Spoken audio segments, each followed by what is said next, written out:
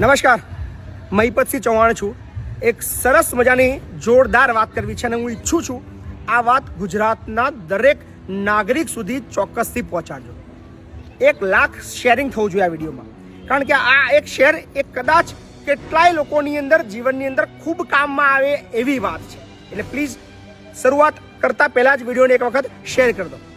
ગુજરાત સરકારના એક જોરદાર કાયદાની મારે તમને વાત કરવી છે. એક એવો નિયમ છે જે રોજ કામમાં આવે એવો છે. તમે ક્યારેક વાહન લઈને નીકળતા હોય છે, તમને રોજ અકસ્માત જોવા મળે છે. અત્યારે સાધનોની સંખ્યા એટલી બધી વધી ગઈ છે કે દરરોજ અકસ્માતો થાય છે. પણ રાજ્ય સરકાર, આપણી ગુજરાત રાજ્ય સરકાર તરફથી એક જોરદાર નિયમ બનાવવામાં આવ્યો છે કે આપણા ગુજરાત સરહદની અંદરમાં કોઈ પણ નાગરિક, એ ચાહે ગુજરાતનો હોય કે ગુજરાત બહારનો હોય, કોઈ એના આઈ કાર્ડની જરૂર નથી, કોઈ પણ પ્રકારના કાર્ડની જરૂર નથી, કોઈ પણ પ્રકારના કશું જ એનું પાસે મેડિકલનું કાર્ડ ના હોય ચાલશે.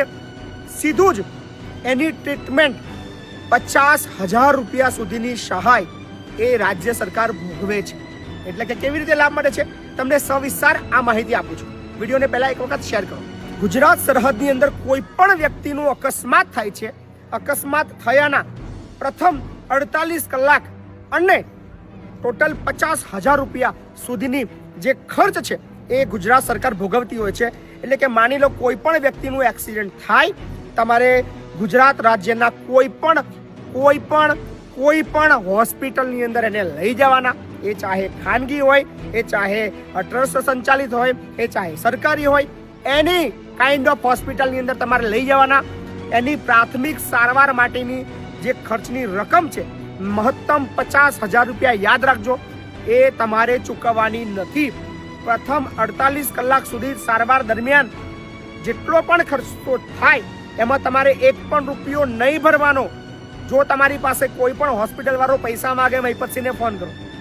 ગુજરાતની અંદર કોઈ પણ હોસ્પિટલની અંદર તમારું જો વાહન અકસ્માત થાય છે એની ટ્રીટમેન્ટ માટે પ્રથમ 48 કલાકમાં 50,000ની જે લિમિટ છે એની અંદર એ લોકો જો તમારી પાસે પૈસા માંગે, મહિપતસિંહને ફોન કરો. મહિપતસિંહ તમને છાતી ઠોકીને કહે છે તમને મદદ કરશે અને તમારે પૈસા નહીં ભરવા પડે, એની ગેરંટી આપું છું.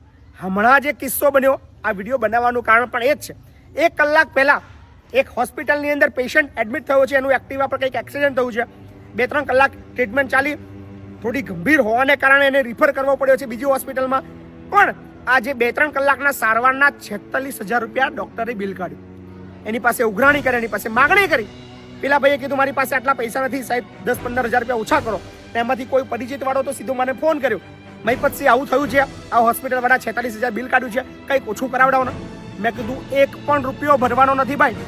શા માટે ભરવાનો છે? રાજ્ય સરકારનો પરિપત્ર છે.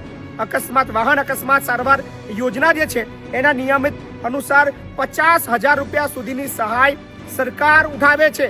ફક્ત એક જ ફોર્માલિટી કરવાની છે. કોઈ પણ વ્યક્તિનું એક્સિડન્ટ થાય, એ વ્યક્તિ અથવા એનો સ્નેહીજન એક એપ્લિકેશન ફોર્મ ભરે, એ બાબતનું જે નિયત નમૂનાનું ફોર્મ છે સાથે એક એપ્લિકેશન કરે. આ બિલ જે ખર્ચો થયો એ ડોક્ટર, હોસ્પિટલ, એ જે તે જિલ્લાની જે વડી કચેરી છે ત્યાં એપ્લિકેશન કરીને એને મળી જાય છે. એટલે તમારે પૈસા ચૂકવવા નથી. છતાં પણ જો અકસ્માત દરમિયાન 50,000થી નીચેની રકમ તમારી પાસે કોઈ પણ હોસ્પિટલ માગણી કરે, પ્રથમ 48 કલાક મહિપતસિંહનો સંપર્ક કરજો. 1 પણ રૂપિયો તમને ભરવાનો નહીં આવે, ગેરંટી આપું છું. એટલે બહુ જોરદાર યોજના છે. ગભરાવાનું છે નહીં, ડરવાનું છે નહીં, ચિંતા કરવાની નથી. અને તમામ હોસ્પિટલો અહીંયા એવું નહીં કે ભાઈ સરકારી છે કે પ્રાઇવેટ છે કે ફલાણી ઢીકણી ટ્રસ્ટની છે, કશું જ નહીં. સરકારનો પરિપત્ર છે. એક જ વસ્તુ યાદ રાખવાની, જાગૃત બનશો, તાકાતથી વાત કરશો તો તમારા પૈસા બચશે. હમણાં જ 1 કલાક પહેલા મહિપતસિંહે 46,000 રૂપિયા એક જણના બચાયા. તો મારી ઈચ્છા થઈ કે 46 એક જણા બચાયા. આવા તો ગુજરાતની અંદર અસંખ્ય લોકો છે, આપણે વધારે પૈસા બચાવીએ.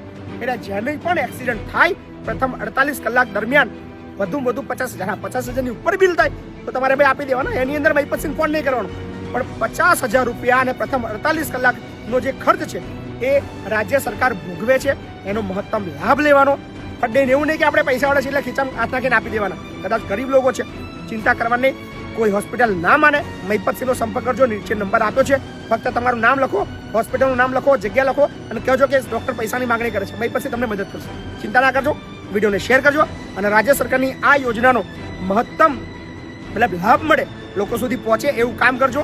મહિપતસિંહ તમારી સાથે છે અને કાયદો જાણશો તો ફાયદામાં રહેશો. ધન્યવાદ.